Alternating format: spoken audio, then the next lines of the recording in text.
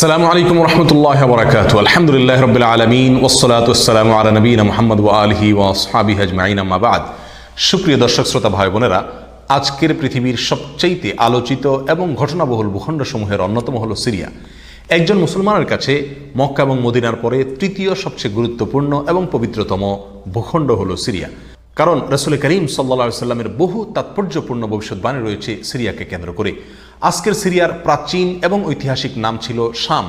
এই শামকে কেন্দ্র করে যতগুলো বর্ণনা হাদিসের কিতাবসমূহে পাওয়া যায়, সেই শামের সীমানা অবশ্য আজকের সিরিয়া থেকে বেশ খানিকটা বিস্তৃত এবং বড় ছিল।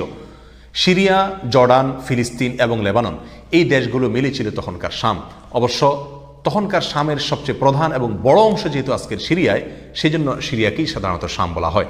শাম বা সিরিয়ার প্রধান এবং অন্যতম বৈশিষ্ট্য হলো যুগে যুগে আল্লাহ সুবহানাহু ওয়া তাআলার পক্ষ থেকে বিভিন্ন নবী রাসূল যে সারা পৃথিবীতে এসেছেন, তাদের সবচেয়ে বড় অংশ এবং সবচেয়ে বেশি সংখ্যক নবী রাসূল এসেছেন এই শাম বা সিরিয়ায়। শাম বা সিরিয়া এটাই কিয়ামতের ময়দান হবে। কিয়ামতের দিন লোকেরা এখানেই সমবেত হতে থাকবে। এর বাইরেও শাম বা সিরিয়া প্রসঙ্গে রাসূল করিম সাল্লাল্লাহু আলাইহি ওয়াসাল্লামের আরও অনেক গুরুত্বপূর্ণ মন্তব্য এবং বক্তব্য রয়েছে। সামান্য কয়েকটি বক্তব্য আজ আপনাদের সম্মুখে আমরা পেশ করতে চাই। তার মধ্যে এক নম্বর হলো সহিহ বুখারীতে বর্ণিত হয়েছে, নবী আলাইহিস সালাম বলেছেন, লা তাযালু তায়ফাতুম মিন উম্মতি মানসুরিন লা ইয়াদুররুহুম মান খাযালাহুম হাত্তা তাকুমাস সাআহ। অর্থাৎ আমার উম্মতের মধ্যে একটা বিশেষ শ্রেণী, বিশেষ কিছু লোক থাকবে, একটা দল থাকবে যারা সত্যের পক্ষে লড়াই করতে থাকবে, আল্লাহর সাহায্য তাদের সঙ্গে থাকবে এবং তারা এই সত্যের পক্ষের লড়াইকে অব্যাহত রাখবে কিয়ামত কায়েম হওয়া পর্যন্ত।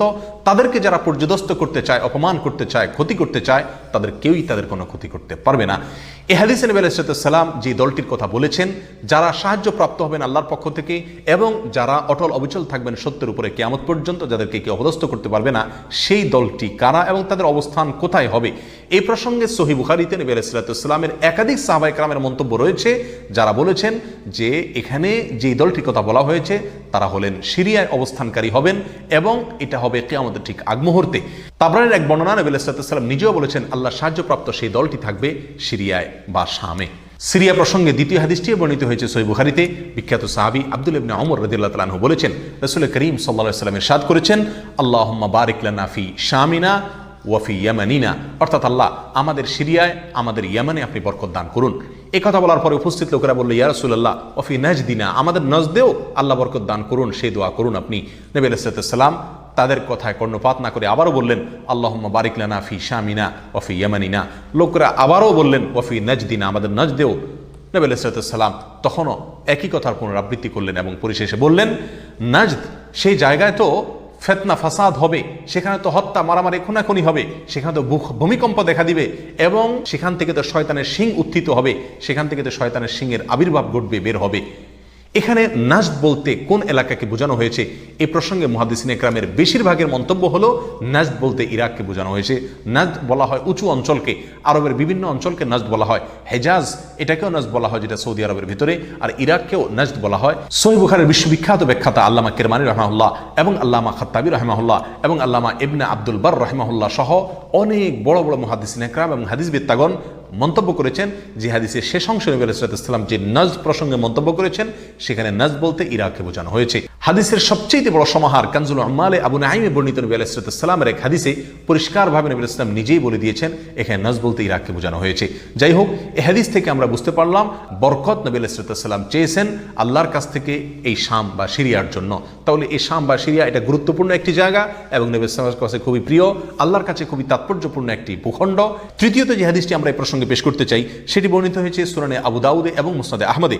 নবী আলাইহিস সালাম থেকে বর্ণনা করেছেন আব্দুল্লাহ ইবনে হাওয়ালা রাদিয়াল্লাহু তাআলা আনহু, তিনি বলেন যে রাসূল করিম সাল্লাল্লাহু আলাইহি ওয়াসাল্লাম আমাকে বলেছেন, দেখো যখন তুমি দেখবে যে খেলাফত পবিত্র ভূমিতে অবতরণ করেছে, নেমেছে, এসেছে, প্রতিষ্ঠিত হয়েছে, তখন তুমি ধরে নিবে যে কিয়ামত খুবই সন্নিকটে এসে গেছে।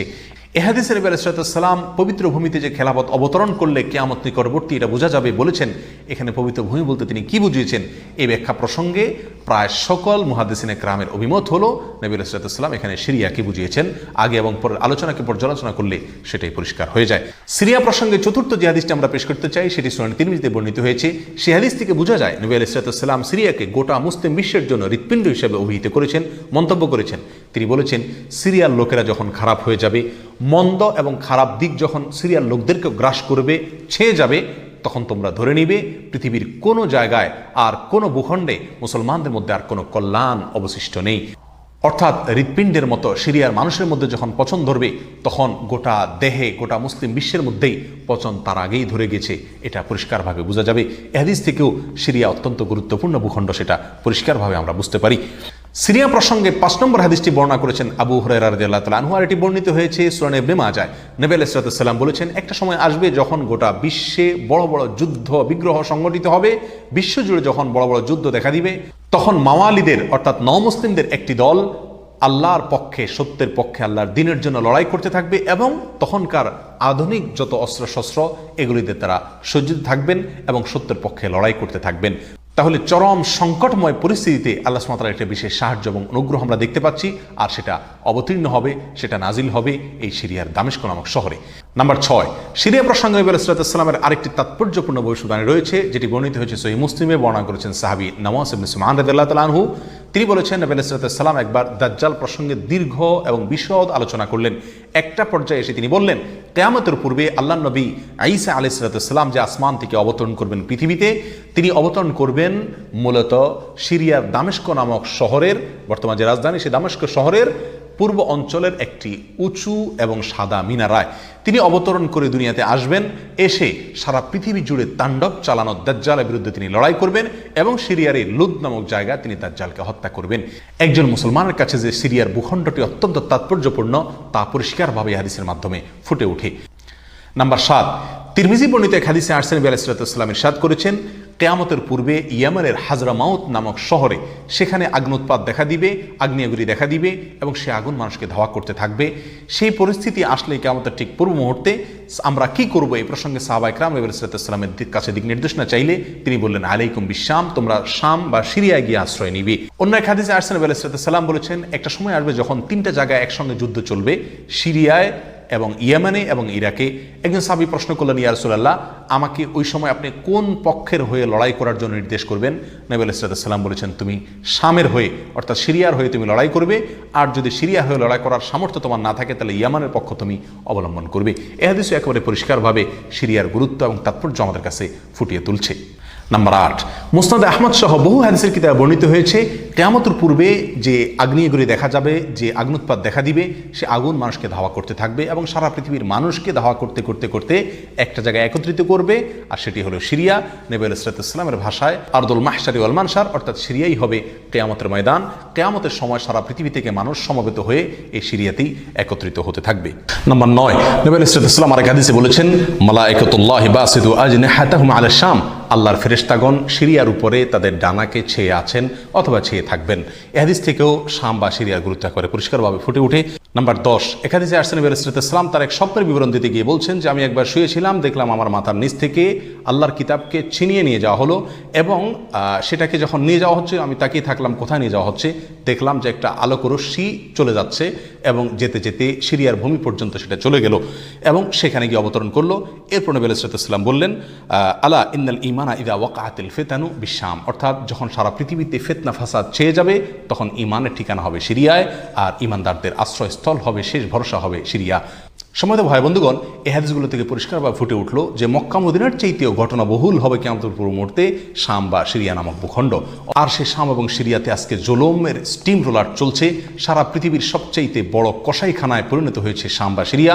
এখানকার নিরীহ নারী, পুরুষ, শিশু, সাধারণ মানুষ আজ তাদের রক্ত সম্পূর্ণ হালাল মনে করা হচ্ছে। ত্রিমুখী বা চতুর্মুখী লড়াইয়ে আজ সেখানকার মানুষ বলির পাঁঠা হয়ে গেছে। সারা পৃথিবীর সবচেয়ে বড় কসাইখানায় পরিণত হয়েছে। সেখানকার নারী, পুরুষ, সাধারণ মানুষ সকলের আর্তনাদে আকাশ বাতাস ভারী হয়ে উঠছে। জালেম অত্যাচারীদের জুলুমে সেখানে রক্তের গঙ্গা, রক্তের বন্যা আজকে বয়ে চলেছে। আল্লাহ সুবহানাহু ওয়া তাআলা আমাদেরকে ক্ষমা করুন। আমাদের অক্ষমতা, আমাদের অপারগতা, আমাদের অলসতা, আমাদের উদাসীনতা, আমাদের দায়িত্বহীনতা এর জন্য না জানো আল্লাহর গজব আমাদের উপরে, আল্লাহর আযাব না যেন আমাদের উপরে নাজিল হয়। আজ সারা বিশ্ব বিবেক নীরব হয়ে আছে, মুসলিম বিশ্ব পর্যন্ত নীরব দর্শকের ভূমিকা পালন করছে। আপনার আমার মতো সাধারণ মানুষ আজকের বিশ্ব ব্যবস্থা আমাদের হাত পাকে একরকম বেঁধে রেখেছে, আমরা তাদের পাশেও দাঁড়াতে পারছি না। অতএব কমপক্ষে আল্লাহর কাছে দোয়া করি, আল্লাহ আমাদের অক্ষমতাকে ক্ষমা করুন, আল্লাহ তাদের সাহায্য করুন, তাদের সহযোগিতা করুন। জালেমদের কালো হাতগুলোকে আল্লাহ সুবহানাহু ওয়া তাআলা ভেঙে চুরে চুরমার করে দিন। প্রিয় বন্ধুগণ, নিরাশ হওয়ার কোনো কারণ নেই। সিরিয়ার মানুষদের দিয়ে আল্লাহ সুবহানাহু ওয়া তাআলা অনেক বড় খেদমত নেবেন। হয়তো তাদের পরীক্ষা চলছে, আল্লাহ সাহায্য ইনশাআল্লাহ অচিরেই আসবে। আল্লাহ সাহায্য তাদের সঙ্গে আসুক এবং সকল প্রকার জালিমদেরকে আল্লাহ সুবহানাহু ওয়া তাআলা ধ্বংস করুন, সেই দোয়া আল্লাহ সুবহানাহু ওয়া তাআলার কাছে আমরা রাখি। ওয়া আখিরু দাওয়ানা আলহামদুলিল্লাহি রাব্বিল আলামিন। আসসালামু আলাইকুম ওয়া রাহমাতুল্লাহি ওয়া বারাকাতুহু।